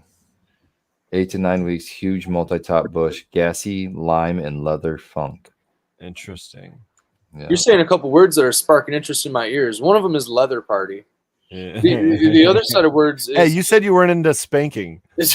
I mean, did you also say multi-headed bush? Was that multi-headed bush? Is it headed? That sounds scary. That does sound scary. Multi-top. Multi-headed bush. Multi-top. Multi-top. A multi-top. Okay. A multi-topped bush also sounds pretty scary. So okay, yeah, very nice. Yeah. Very, very nice. I dig it. We just bought 2 of them for now. See what it pops up. So we might have that new stuff. We also popped some Super Silver Haze from Mr. Nice Seed Bank. I'm pretty But excited about that one. I don't think she got anything to pop on those 2. I don't think they came up, so we'll pop more of them. We got more. I've tried to run Super Silver Haze and never had any luck with mine either. It's crazy. We got more packs. We're all right. Nice. Cool. Good night. Just in Yeah, case. right over there, Red. Sorry, guys. Class clown. I can't help it. I used to do that with a condom over the head. Oh, jeez. Derek, go out in the hallway. Stop bringing condoms into class. All right. Here we go. It's not white. Not at Those all. are It's very dark. mature seeds, y'alls. And that's what every single seed is going to be. You will not get white seeds if you ever are gifted one of these packs. Seeds. I'd like to get a handful of these out. See what kind of varieties are coming out. So here, how about this one? We'll do a quick promotion right now. Stay tuned. Say probably before the holidays. Let's say before shipping and stuff like that for the holidays gets crazy. After For the this flower is holidays. What do you cured, mean? Shipping for the holidays is already crazy now. I know it's probably already crazy. Dude, it's October, Let man. the stuff cure and dry, and I'll get some of these seeds together. I'll germinate a few, make sure they're good, and we'll do a giveaway on this show. So stay tuned on the show. I'll give away a pack or 2 of these seeds, so that some other people out there can try their hand at some of this Granddaddy Purple crossed with Blue Steel. There we go. Can you give us your best Blue Steel impression? Yeah, I'm thinking it's like a motorcycle for sure. Blue Steel. No. Oh, wait. Oh, yeah, my best Blue Steel? Yeah, here, right. That's what I'm talking about. Is that good? You gotta do the turnaround. You gotta really suck in the lips. There you go. That was pretty good, actually. I'm impressed. If you don't get the reference, well, then you're not as old as us. Jay Patrick and Chaz asked me if I'm going to do a seed increase on. I'm not going to do any on any of my projects. They're kind of like jinx proof. They're one and dones. I'm not. I might continue to work some of the lines on the Vortex projects, but I'm not going to redo any of the projects. I'm not going to like come out with another. I might go work the line further on the Project V. If I find 2 phenols I really like and smash them together. But I don't anticipate making any of the other ones again or more of them. I might work the Spartan Puke that's in the Orange Vortex. Those 3 are probably my top 3 favorite right now.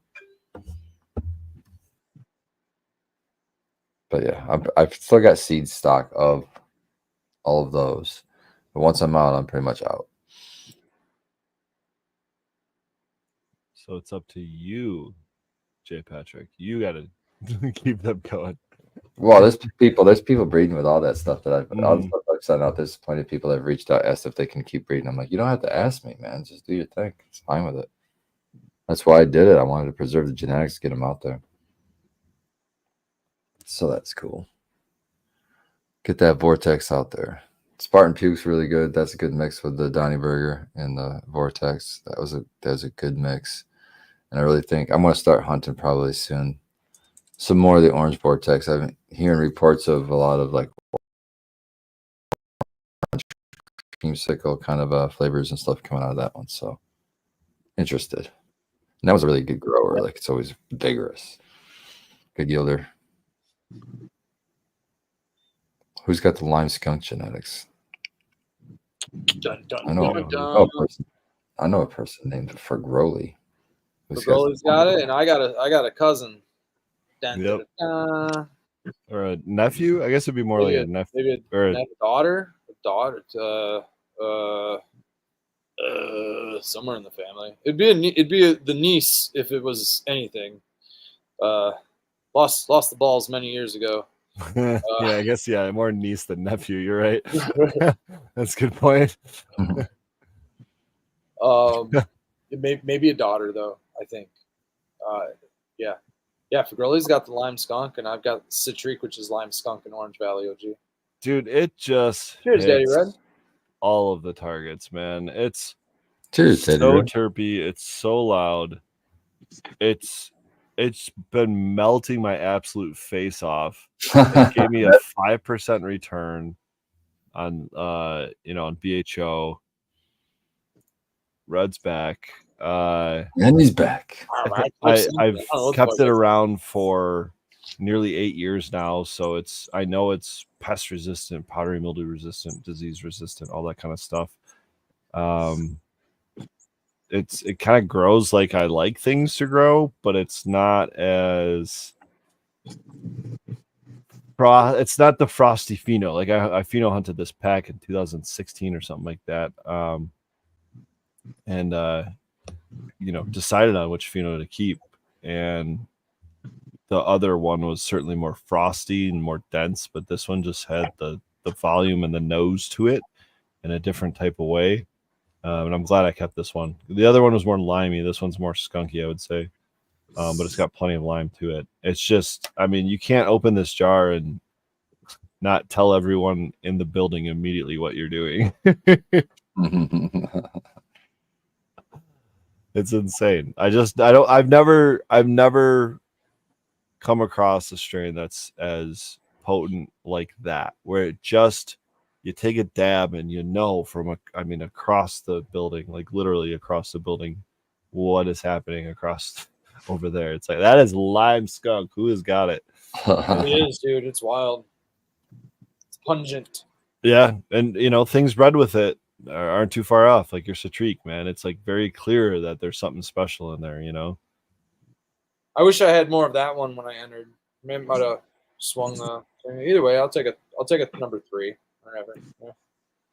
Honorable recognition. I'm cool with that. Whatever you think is your best, everyone else probably, the judges aren't going to necessarily agree. No. Yeah. Generally. And that's why it's just like I've I want a cup with a combination. It was super lemon haze and hey, there's some Rainbow Driver. Yeah. For the front of the bag. don't suck. Anything in there? Mhm. Oh, there we go. A little bit in there. That's great. Nice. But yeah, it's It's one of my favorites. whatever you think is your best doesn't necessarily mean it's going to be the winner. Even with lime skunk, like lime skunk didn't win that cup. You know what I mean? Like if I entered it, I don't know if it would have.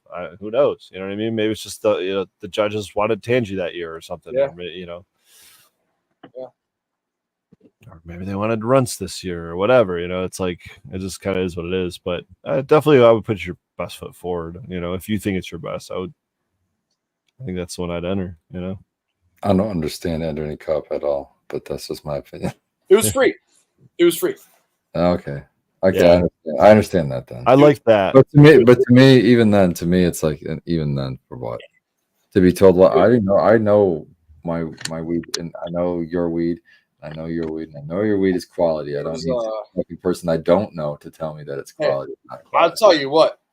I told Judge Strains, I said, this fucking thing means way more than winning any cup for some weed products. That's what I told him. I said, this is way more power, means way more to me. Oh yeah, dude. Because you could win a cup with one good run, but you can't win a most passionate caregiver with one good run. You know what I mean? Yeah, exactly. That takes That's what I a mean. fucking decade of being involved in this and really Yeah. putting your best foot forward all the time, man. You deserve it. You both do. And he kind of told me the metrics that they were basing some stuff on, and I don't remember all those metrics. But let's just say overall, I think a lot of it is just perseverance and integrity, showing up and doing the thing. And perseverance with a smile on your face is a fucking hard thing sometimes. And we show up, we might not always be in the best mood, or sometimes, the market might not keep us in the best mood. And keep a smile on our face nonetheless, regardless. Stay till the end nonetheless, regardless. We're not packing up 4, 5, 6, 8 hours or early just because. Stick around, you know what I mean, and hang out and like. It was a slow weekend. I wanted to pack up super fucking early, but I hung out until damn near the very end, like we always do, because it's good to be around. And just in case, you never know, somebody might pop through looking for you specifically, or just hanging out with people like fucking T-Dog and fucking Country Roots and fucking that kind of stuff, man. Keeps me around and keeps us happy, and the community is the fucking biggest part of it. It's not what you know, it's who you know. We got some great people in our community. We really do. Sure. We got some good hearts, man. We got some good good growers. Some people who are smart about the laws. We got good people who are smart about the thank you, Daddy Red. Say congratulations. I appreciate it. Yeah. We had a couple good ones yesterday. Like I said, I could really care less about the third place. I mean, honored to have a third place, but this thing here is fucking sweet. Have them both kind of pop in on the same day. It's pretty sweet. The market's a wild place right now. There's a lot of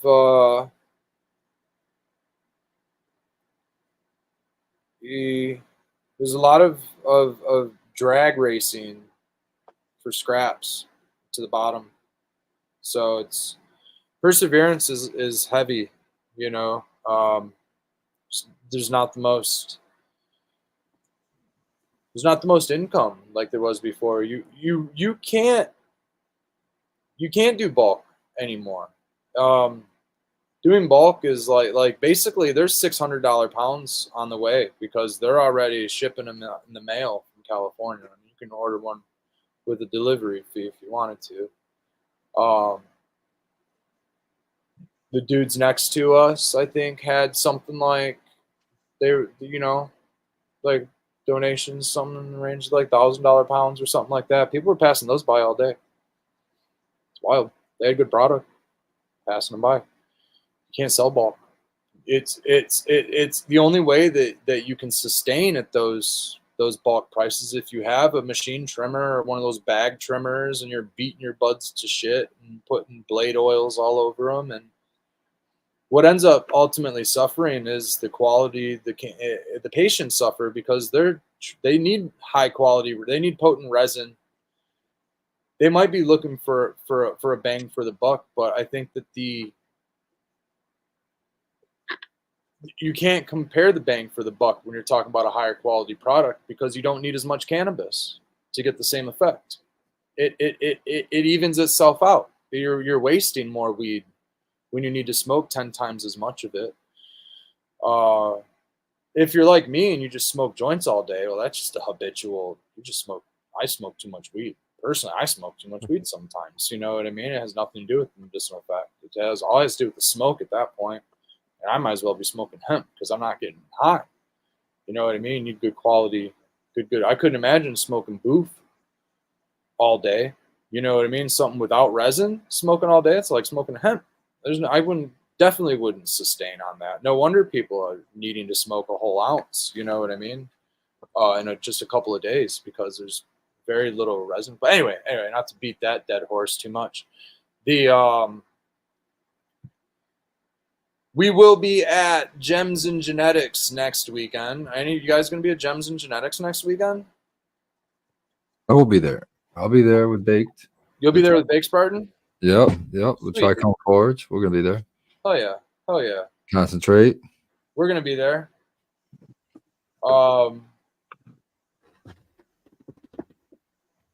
There are 4 events happening next weekend. If you bought in a table fee to one of those events next weekend, keep in mind there's not a huge market that still shops a traditional market. A lot of people shop dispensaries. Mm-hmm. And for 4 markets to be sharing the traditional market, I wouldn't expect a whole ton of foot traffic. And that sucks. Not just Woo! Yeah, there it is. That's like, go ahead, Fagirly. Sorry. What was that? No, I was just sneezing. I was just letting that dad sneeze out for y'all. those that put in money for table fees, and you're not expecting high foot traffic coming through, that's a big reason, because you got 4, sometimes 5, sometimes 6. I would love to see all of those events happen at the same time and there to be enough of a market to share. But what's a bummer is you have 3 weekends out of the month with no events going on, with no access at all. Right. So why not everybody kind of communicate, get together with a little calendar, and everybody have an event on a different weekend. Then every weekend there's something. Then every weekend the vendors get a shot to vend every weekend. Then they can sustain. Then they can stay in business. Then they're not dropping like flies like they are off the regulatory thing. Like, look at Michigan's regulatory, how many caregivers existed last week, this week, next week. The numbers drop week to week, month to month. They're dropping because, well, brokers are lowballing and devaluing us. So, you can't sell bulk. You have to, sell eighths, quarters, and ounces, or I'm sorry, donate, gift, consult, whatever the fuck you do. I don't care what you do. You got to do it at the rate of, smaller packages, obtain a higher value, and you have to work a lot harder in that respect to sustain. And eventually people aren't going to do it. And what's going to happen is the promoters who are running these events, all just without communicating. And honestly, a lot of it is spiteful. I'm seeing it. I'm seeing the spite between the promoters because you can just fucking see it. One promoter will fucking announce a weekend, 2-3 weeks, another promoter will fucking, and they're all interconnected, in the same fucking region and shit like that. It's ridiculous. There's one specific one that comes to mind that does it over and over again. Over and over, every single time. And I'll tell you what, because they gatekeep and they're so terrified of things like distillate and resin on a table, I actually got called out for having honey on my table. Bee honey. One of the vendors like, what's up with the distillate on your table? And I'm like, I'm confused as a motherfucker because we don't fucking have anything like that near that. I'm like, but Blue Kiss Garden, shout out to her because she hooked us up with some fabulous honey from a bee's booty. You know what I mean? Some good bee juice. We had some of that stuff, and that was on our table because guess what? We're a holistic fucking farm. Who would have fucking thought a holistic farm brought fruits, vegetables, and fucking cannabis out to one of these fucking things would exist? Well, hey, how you doing? We're farmers over here, and we do that type of shit. But the golf cart fucking crew decided to come by and scope us the fuck out because we had some fucking bee honey on our fucking shit. Kick fucking rocks, dude. Get the fuck out of here with your gatekeeping for one. Stop fucking hosting. Sorry, I'm not supposed to swear. I told my mom I'd stop swearing so much. Sorry, guys. Stop hosting events on the same date every single time so everybody can sustain, so that we can all have a beautiful community, so that we can show up and do your event. I want to support you. I want to support all these events. I want to show up for the community. I want to be at these events. But guess what? I vote with my money, and only certain people get that. So y'all need to just kind of do the thing, get together a little bit more often, squash some beef, do the thing, eat some beef, start eating a little bit of beef. I think is maybe less processed sugars or something. So anyways, grow more fruits and vegetables, focus on your gut biome, hug somebody, get a hug, receive more a than hug, just trees. ask for a hug if you really fucking need it. Sorry, I'm not swearing, Mom. I'm sorry. Okay. Anyways, I'm surrounded by wet weed, not dry weed, so I have to get some dry weed to roll some weed. I'm gonna go do that before I continue to this. But I think that I covered all those bases. I think those guys are shooting themselves in the foot because I feel like A, they would have more door money if they weren't all splitting the same date. B, they'd have more table money. They wouldn't all be splitting the same date. The patients would win because they wouldn't have to pay 2 door fees in one day to go to multiple events, or have to choose, because I talked to a lot of them Or that have to choose to go to one or the other, or and one so of do the the vendors, the people buying the tables. And guess what? If there's no attendees, they're losing out. So I think that eventually all the vendors are just gonna stop buying tables. And then here's what's happening. The only people actually make it, it should be a win-win-win where the patients, the vendors, and the promoters all do win, and the community as a whole is a big win. The only one winning is the people collecting table fees, which is the promoters. The promoters are the only ones winning, and they're throwing cups, so they're collecting money for samples. They're collecting money for your drop-offs. Then they're collecting money to the judges buy kits and shit like that, and it's like, all right, you guys did a whole bunch of collecting money. So Well, how about we those start? exist How about we because of start? the demand for it, though. So Well, here's the thing. I'm creating half demand. tempted to say, let's all. Here's the thing. Everybody needs to get rid of their products, so this will never happen because nobody's got enough in their fucking shit to fucking hold a boycott towards it. You know what I mean? None of us have enough fucking in our squealy pockets to fucking say, let's just stop vending these events until they start charging door and table fees based on attendance. Period. I mean, it should be based on attendance. If projected attendance or ticket sales or something like that, Or the be most recent event transparent they about had. ticket sales if you're doing pre-head ticket sales. Or you shouldn't even be doing ticket sales because, like, What do you mean? So you mean so a higher attendance would mean a lower ticket or a lower booth cost? What do you mean? No, higher No, attendance means higher higher vendor booth cost. Yeah, higher vendor Yeah, costs. if you're gonna bring in 100 people, I might be willing to pay you $100. If you're gonna bring in 1,000 people, I might be willing to pay $1,000. You know, Exactly. so do the math, 100%. however that works out for you, buddy. You know, 100%. like They So, shouldn't be charging $1,000 and only polling 50 people. Period. No way. That's a money grab. And the reason that they're only polling 50 people is because the market is the traditional market, and the people who shop the traditional market are low in existence. There's not big enough market to do this. Guys, we need to be real about what is actually happening with the market. We can't just be saying, we're going to throw a big fucking party and everybody's going to show up. Not if there's 6 fucking parties going on, they're not. You know what I mean? Like, fucking think about it for a little. Yeah, but not. I don't. Do you think it's a concerted effort between all of them, or do you think there's just some problem? no, some of them try and do reach out to the others, and some of them, I think, are actively doing what Red is saying. Like a so competition. it's So then we different support- across. So that Like it you're seems making easy it a to competition. support the ones that are the good actors and don't support the bad actors. That's I exactly haven't I haven't vended a single event at the one that Red's talking about. I know. I don't want to Yeah. name him so Instead bad. of saying, why don't you just say who it is so everybody can avoid it? Kareem. Oh yeah, well me either. Yeah, fuck. Yeah, I that. mean, you know, the only time I did it was I split a that. table. I split a table on the second day of one of the things, and it was like we were surrounded by GMO corn. I was fucking blown away. I was like, I can't crack a jar. I fucking was in.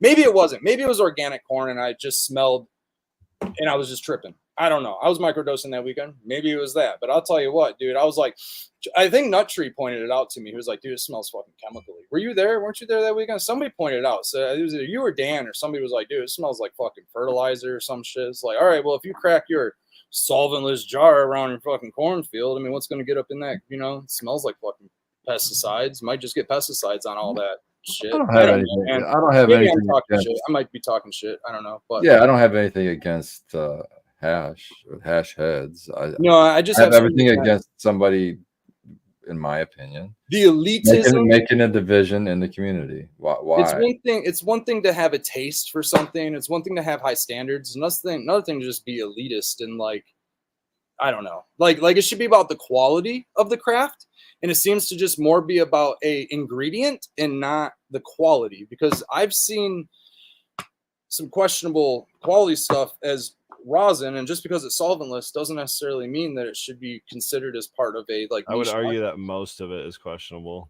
Yeah. Well, I mean, I would also argue that most of the I want terpenes we to- work with are solvents, and I would also argue that as terpenes break down and as cannabinoids break down, they become, what do they become? Hexane and butane and actual hydrocarbons. They become hydrocarbons. So you can't have cannabis without naturally hydrocarbons existing through the breakdown process of it. Anyway, so the point of terpenes are a hydrocarbon. Yeah, stupid. It's ridiculous. It's childish. but It's you know, childish. I went to a Harim event and I thought it was fine. I didn't think it was bad, but I didn't think it was up and above any other fucking event. I It's thought not it about was the any same other shit, event. you know? No, it's not. It's certainly So I'm not saying it's shit. I'm just saying crew driving Yeah. around.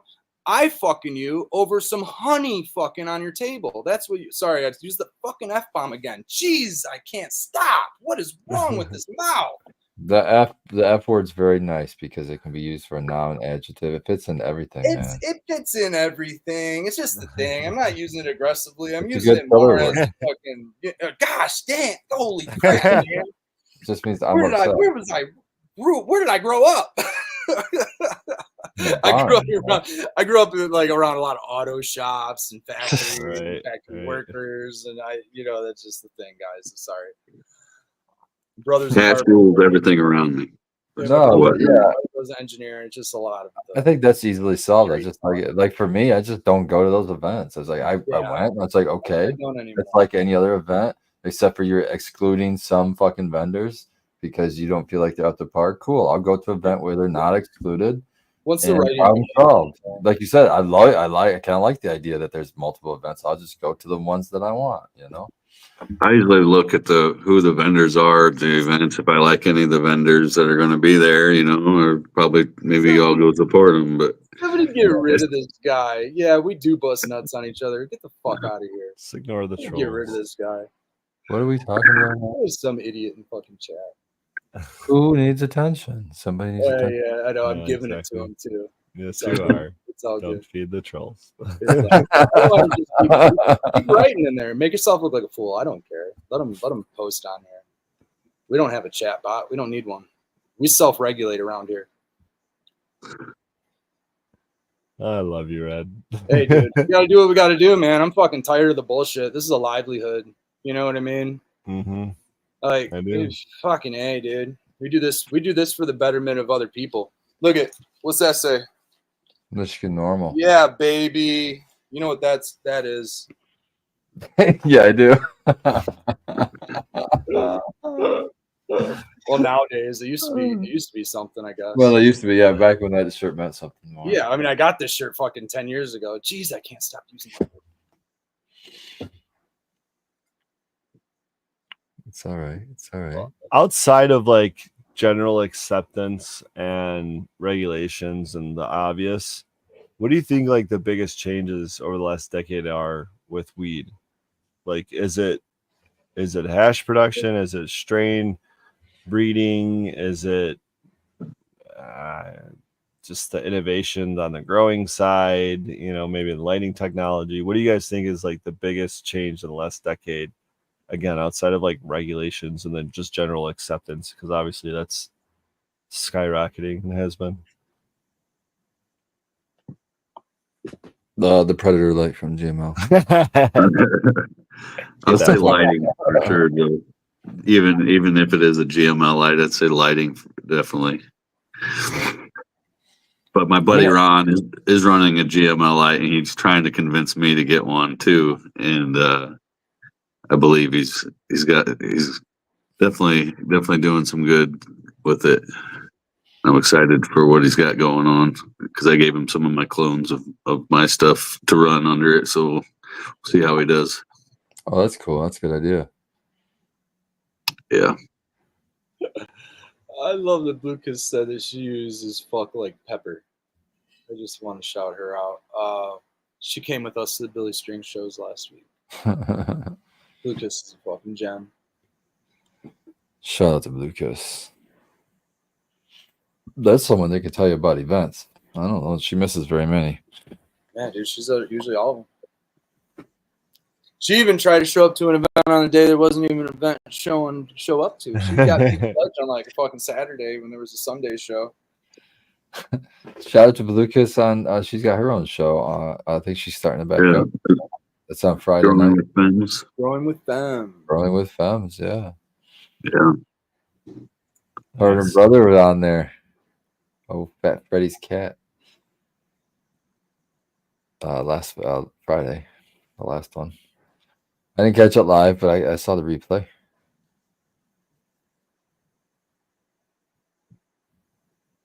What do you think? I believe that dispo weed is good in Michigan to keep people from craft medical cannabis. You keep screaming it from the mountain. So what's the point? I can't believe dispo weed is good. There's some good dispo weed out there still.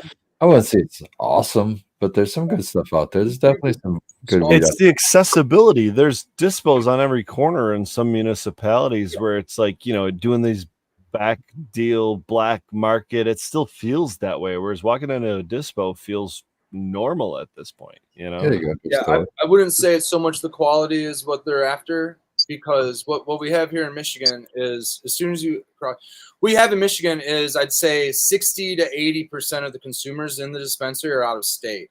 People from Michigan, we either grow our own or we have somebody who does grow for us or something, the Michigan locals don't really shop at dispensaries.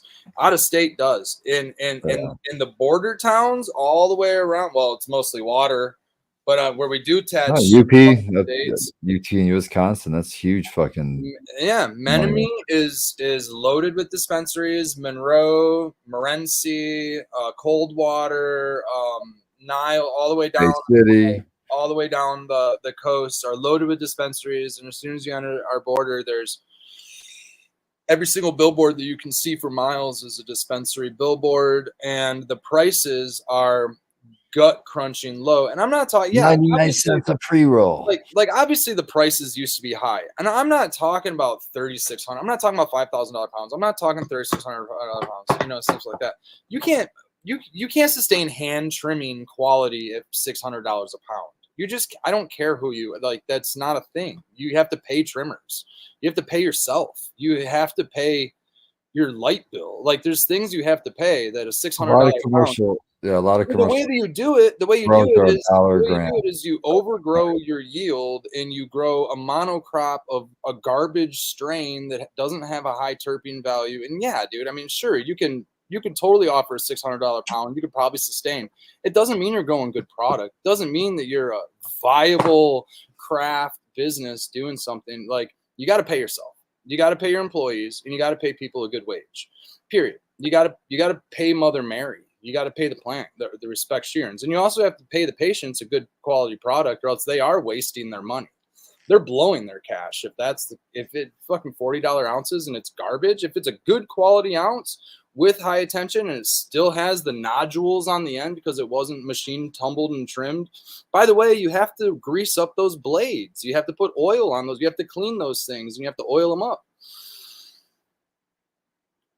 This stuff's all into tumbling and they're destroying the trichomes. And I mean, it is what it is. But I mean, I've seen jars that sit and the buds are this tiny. I've seen a lot of jars of weed and they don't all look the same. A lot of them are pretty nasty looking. I don't know. I mean, it is what it is. It's $600 ounce, but I don't see good, fluffy, fresh. Fresh is the other key. I mean, just a few weeks out of a cure. I mean, you can't get that at dispensaries. You're not gonna see too much fresh at dispo unless you go to like what do they call the micro business. But you can get cheap at a dispo, and cheap's fine. Cheap's only 7 of those left. Only 7 micro businesses left. Wow. Yep. Shout out to Winewood Organics, my boy. So you can't sustain. You can't sustain at those numbers. And so it's they're overgrowing. I mean, imagine having 100 lights. Like, what is your carbon footprint on 100 lights? Why even do that? What is the necessity on that? Why can't you sustain a family on fucking 20 lights? You should be. We're not talking commercial. I think 20 lights is commercial. I think 12 lights. I mean, 100 lights is 100 lights. 100 lights is a high carbon footprint, is what it is. You need a lot of resources to run that. You have a lot of waste when you're running that. I think it's a wasteful enterprise, to be honest. I think is that not equivalent to the amount of waste per light, though? If whether you have but many multiple spread out, at least allows for some buffer. When you have it all condensed and solid into one local zone, you really do more damage than you do good. You know what I mean? That's the same. I don't necessarily agree, Red. You do good. Yeah, we don't all have to agree on that. That is definitely something. That's why I think more small farms would be way more sustainable. Because I think 100 lights is a small farm, Red. Well, 100 lights may be a small farm, and if you're comparing, like, I don't know the scale of large farms. If we're talking 1,000 lights, then that should be the scale. Thousands and thousands. Then that should be the scale that's ridiculous. Maybe I misspoke on 100 lights. Yeah. Okay, maybe 100 lights. Production, same thing. That could be a 5,000 square foot building. Maybe we should say how many acres are you on? Yeah. You know what I mean? Maybe that's a better thing. Or just more about the methodology of your growing, right? Because you can be a more sustainable grower than wasteful just by the lights you use, even the media you use, or whether you reuse it, but even though I mean the point I'm trying to make is 10 years in the future, we're gonna see more mixed greenhouse lighting then we're going to see indoor lighting. I think it's still, like I'm saying, it's going to move out of the indoor and it's going to be mixed. I hope so. That's what I've been asking for a decade. Yeah. I mean, that's I've kind of seen. I kind of get a peek in the Canadian market from just the light sales up there, and we're dealing with a lot of greenhouses now. And that's in But yeah, Canada. And I think that if you are big enough, you should definitely be paying all of your workers a solid wage. It shouldn't be a minimum wage position. It should be an expertise. Your farmers should be considered specialists. You know what I mean? Everybody up that chain of command, especially if you're putting out a quality product. If you're not putting out a quality product and you only strive to be like, Nabisco or whatever, basic food brand that, sources ingredients from other streams, and you don't do things whatever, that's fine. Have a cheaper product, buy things cheaper, buy things with less value, that's fine. But you create what you put into it, you know what I mean? So if you're using a lesser value, you're going to create a lesser value. It's fine if you're pricing it that way, but don't call it a higher value item, or wrap it up in a shiny package and Yeah. double or triple. It's mostly polished turds. Edibles nowadays, like a nice artisan market edible, Pokes the Bear. They went metric. She's fucking awesome. She makes delicious edibles. Fergola, you make delicious edibles. You make high terpene. You put thought into what you make. Some of them, thank you. You're not polishing. You're not polishing a turd. I talk shit on edibles a lot, not talking shit on the edibles that they are. I talk shit on the medicinal value of them sometimes, but mainly because the turds are being polished with them, because you're basically finding a way to move the mass amounts of distillate that are coming from usually the outdoor market, the oversupply. The reason that I'm talking so harshly on the oversupply and these large carbon footprints is because you have nothing to do with the product. Nobody's buying it. You're turning it into distillate, and then you're having to polish turds to get rid of it. And the only way to do it is by turning it into sugar candies, which don't help medical patients. Sugar and food dyes and gluten and what, the cellulose or whatever the fuck is all that stuff. All that stuff is harmful to not just your body and make you fat, but it's actually harmful to your DNA. They're endocrine disruptors that cause shit like dementia, and they cause shit like hypertension and all this other shit.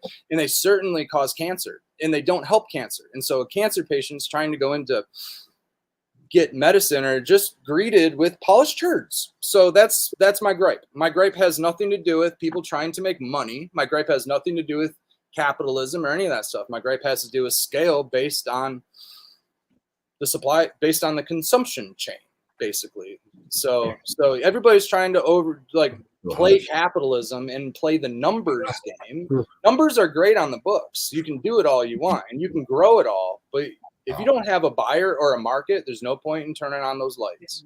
All right, that's the end of Red's rant for tonight, baby. I think we only got 1 minute. Damn, I took up too much time. I'm sorry, guys. Right. I'm drinking coffee because or not enough time. Should have got 1 more minute. Yeah, sorry. Passion came out, guys. I couldn't help it.